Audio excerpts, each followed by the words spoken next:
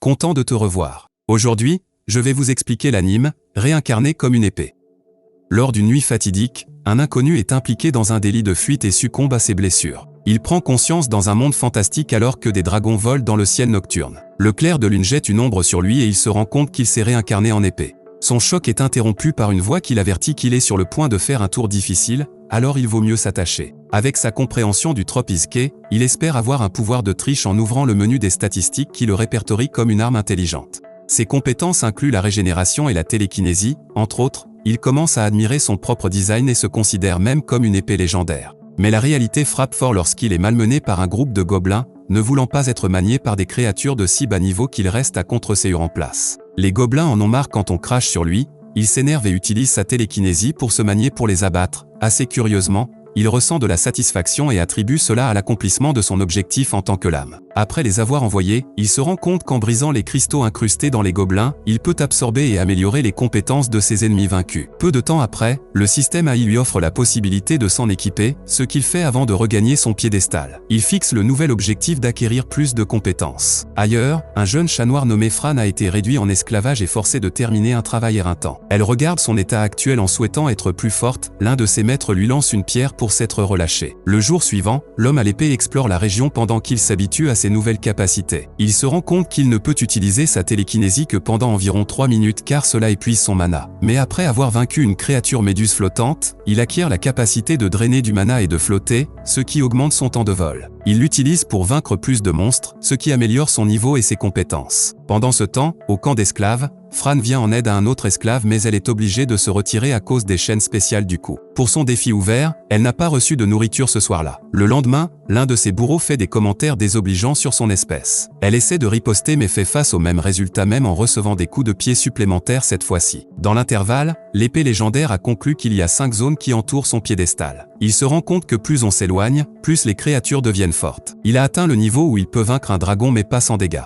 Cependant, avec sa capacité de régénération, il restaure la lame. Il continue son déchaînement en battant divers patrons. Il se dirige avec confiance vers la zone 5 mais reste coincé dans le sol de la forêt. Cela draine du mana, il est donc incapable d'utiliser sa télékinésie pour s'échapper. Il reste coincé pendant environ un mois, à ce moment-là, il est prêt à permettre à quiconque de le sortir de cette situation. Pendant ce temps, les maîtres de Fran les transportent à travers la même forêt, mais ils sont attaqués par un nu à 2 têtes qui envoie le chariot s'écraser. Les maîtres ordonnent aux esclaves de se faire du fourrage pour qu'ils puissent s'échapper, mais heureusement pour les esclaves, celui qui a donné les instructions se fait tuer, les libérant du commandement. Une Fran terrifiée regarde la bête sauvage mutiler tout le monde, elle tient bon et essaie de se battre en utilisant une branche d'arbre mais elle est repoussée. La jeune fille entend la voix de l'épée lui demandant de l'utiliser, quand elle lève les yeux, elle voit les rayons du soleil rayonner sur l'épée alors qu'elle la saisit. Il communique par télépathie avec son choc et sa confusion, mais son expression faciale ne semble pas se montrer. Swartgy suppose simplement qu'elle est du genre calme qui garde ses émotions cachées. L'ours monstrueux commence à charger vers elle alors qu'elle lutte pour retirer l'épée du sol. Juste au moment où il lance son attaque, elle le libère et échappe au monstre. D'après ses statistiques, elle n'est pas à moitié mauvaise, l'homme à l'épée lui demande de l'équiper, ce qui lui permet d'acquérir toutes les compétences et l'expérience qu'il a accumulées au cours de ses combats. Avec ses compétences améliorées, elle se déplace avec élégance comme une guerrière vétéran alors qu'elle porte le coup de grâce sur la bête sauvage. Elle se prépare à remettre l'épée au sol, mais il la supplie de ne pas le faire. Maintenant que la menace a été traitée, le maître sort et commence à la battre lorsqu'elle refuse de lui donner l'épée. L'épée utilise sa télékinésie pour casser le cou de son maître et utilise un sort de feu pour brûler son contrat libérant Fran.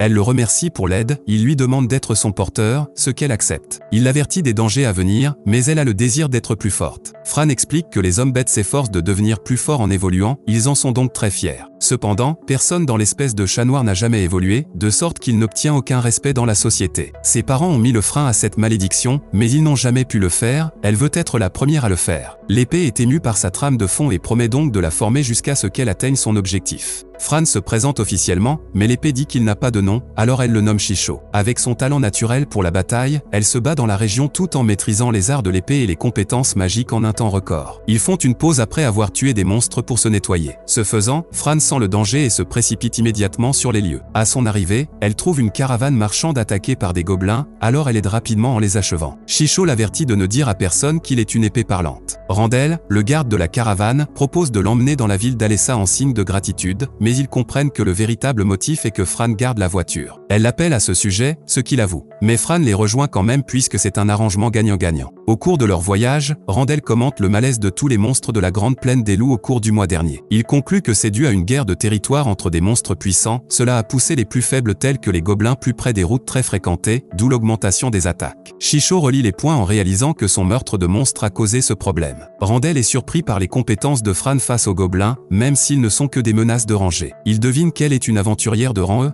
ce qui la déroute. Il explique que chaque monstre a un rang de menace, G étant le plus faible et S le plus fort. Pour refléter cela, il y a des gens qui acceptent les demandes de chasser ces monstres appelés aventuriers, eux aussi sont classés de G à S en fonction de leurs compétences. Elle est inspirée, alors Randel alerte la jeune fille qu'elle doit s'inscrire à la guilde des aventuriers si elle veut le devenir. La guilde évalue et achète également des matériaux obtenus à partir de monstres tués, c'est donc un bon moyen de gagner de l'argent. Le marchand surprend leur conversation et doute qu'un chat noir faible puisse devenir un aventurier. Pendant ce temps, dans une grotte quelque part, les gobelins ne font rien de bon alors que le mage de leur rang convoque des membres de haut niveau. Le lendemain, la caravane marchande arrive en toute sécurité à la ville d'Alessa. Fran est hypnotisée par les images et les sons car elle n'a jamais été dans une ville auparavant. Shisho remarque que la plupart des aventures ont des armes avec une puissance d'attaque plus élevée que lui, ce qui blesse un peu son ego car il pensait qu'il était super rare. Fran lui fait une sérénade de compliments qui le font se sentir mieux, ils arrivent à la guilde des aventuriers pour s'inscrire. Nell la réceptionniste est surprise qu'un enfant veuille un métier aussi dangereux, elle alerte Fran qu'elle doit combattre l'un de leurs examinateurs dans une bataille simulée pour tester ses compétences. La réceptionniste l'avertit qu'elle pourrait se blesser, et si cela se produit, la guilde n'est pas responsable de la facture médicale. Fran accepte les termes et conditions, Nell espérait que cela aurait dissuadé l'enfant alors suppose qu'elle aura appris à la dure. Elle l'escorte jusqu'au terrain d'essai où l'attend Donadron. Il essaie de lui faire peur avec son intimidation intense, mais Fran n'est pas en phase. Après avoir regardé ses statistiques, Shisho l'avertit de son pouvoir. Nell signale le début de la bataille, Fran évite ses attaques initiales tout en utilisant son épée pour affaiblir certains des coups. Shisho lance un sort de soutien qui améliore sa puissance d'attaque, lui permettant de se heurter uniformément à lui. Elle utilise la magie de la terre pour maintenir Donadron en place pendant que Shisho attaque avec un sort de feu.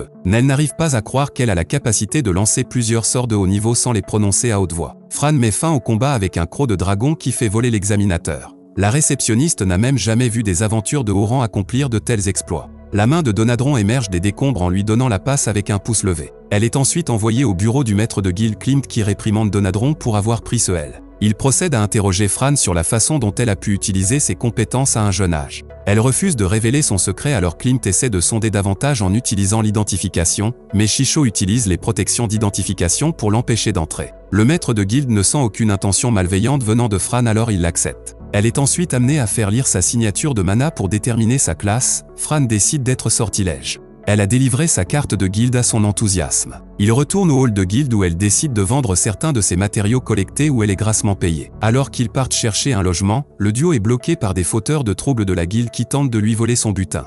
Elle les traite rapidement avec l'approbation des autres membres. Le maître forgeron nain est présent et utilise sa vision divine pour comprendre que Fran a une arme intelligente. Désormais aventurière officielle, elle se rend en ville à la recherche d'une armure pour mieux se protéger. Garu les interrompt en se présentant avant d'inviter le duo dans son atelier. Certains autres aventuriers sont choqués que Garu vende des objets à un chat noir en le qualifiant de déchet. Le maître forgeron lui dit de ne pas leur prêter attention car ils ne sont intéressés que par la revente de ses vêtements pour un profit. Il ne vend pas à de telles personnes. Il alerte Fran que la raison pour laquelle il lui vend est parce qu'il a été témoin de son talent lors de l'altercation au hall de guilde et la juge digne. Lorsqu'ils arrivent à son atelier, Garu lui équipe une armure de haute qualité à un bon prix puisqu'elle a été commandée pour quelqu'un d'autre, mais cette personne n'est pas revenue de sa dernière chasse. Le duo demande à voir ses épées à des fins de recherche, mais le forgeron est confus en déclarant qu'elle a déjà une belle épée. C'est la première fois qu'il voit une arme intelligente. Fran garde ses distances et Shisho est surpris, mais il brise la tension en révélant que sa capacité de vision divine lui permet de voir à travers tout. Alors que Garu reconnaît le pouvoir de ses épées, il entend Shisho souligner que ses armes sont plus fortes. Fran dévoile son épée en expliquant qu'elle n'en a pas besoin dans sa boutique. La puissance d'attaque n'est pas le seul facteur, il explique que la conductivité du mana est plus importante. Le forgeron démontre en lui demandant d'imprégner une centaine de mana dans son épée avant de frapper une arme avec des statistiques d'attaque plus élevées, elle la casse facilement. Shisho a une conductivité de mana de niveau A, ce qui signifie que tout mana imprégné dans l'arme est augmenté de 200%, ceci est ajouté à la statistique d'attaque de base. Il estime qu'elle peut imprégner jusqu'à 1000 mana dans sa lame, cela ajouterait 2000 points supplémentaires à l'attaque de base de Shisho. En tant que forgeron, Garu est intéressé de savoir qui a créé Shisho mais il est incapable de répondre. Il admet que la création d'une épée consciente est même au-delà de lui. Shisho doit avoir été forgé par un forgeron divin. Ce sont des individus capables de créer des armes extraordinaires qui sont une force de la nature à part entière. Il n'y en a eu que 5 confirmés dans l'histoire. Le Shisho manque un peu de calibre pour être considéré comme une arme légendaire pour l'instant. Le forgeron n'en a vu qu'un seul dans sa vie appelé IGNS Sword of Flame, qui est un niveau SS. Le duo demande à Garu de leur fabriquer un fourreau, lui donnant même du matériel avec lequel travailler. Le forgeron propose de prendre les matériaux excédentaires en paiement de son travail. Il les informe de revenir dans 3 jours pour le fourreau, mais leur demande de lui donner jusqu'à 1 mois pour forger d'autres meilleurs équipements pour Fran. Il s'arrête ensuite dans un magasin général tenu par Rufus, un aventurier à la retraite, pour acheter des ustensiles de cuisine. La nuit tombe et ils parviennent enfin à trouver de la bûche. Shisho lui prépare du poulet frit avant de dormir. Un jour plus tard, Fran se lance dans une aventure de rangée qui consiste principalement en des tâches banales comme la cueillette d'herbe. Dans la forêt, elle entend une bataille faire rage, alors elle va vérifier les choses. Lily, Krul et Eustace qui sont tous des aventuriers de rangée sont aux prises avec une horde de gobelins. Fran vient à la rescousse alors qu'elle bat rapidement les monstres avant de soigner ses collègues. Ils sont surpris d'apprendre qu'elle est une camarade de rangée car elle vient de montrer des compétences de haut niveau. À en juger par les gobelins de haut niveau de ce groupe d'attaque, les aventuriers soupçonnent qu'une ruée gobeline est sur le point de se produire. C'est à ce moment que les gobelins de haut niveau attaquent les territoires humains. Pendant qu'ils discutent, ils sont interrompus lorsque d'autres gobelins commencent à apparaître. Le groupe d'aventuriers décide de signaler la situation à la guilde. Fran décide de rester en arrière afin de détruire la tanière du gobelin. Elle commence forte à les envoyer rapidement, mais leur nombre commence à augmenter alors qu'ils décident également de coordonner leurs attaques. Elle commence à être un peu dépassée, mais avec la conviction dans ses yeux, elle tient bon, prête à faire face à la prochaine vague. Cela met fin à l'épisode.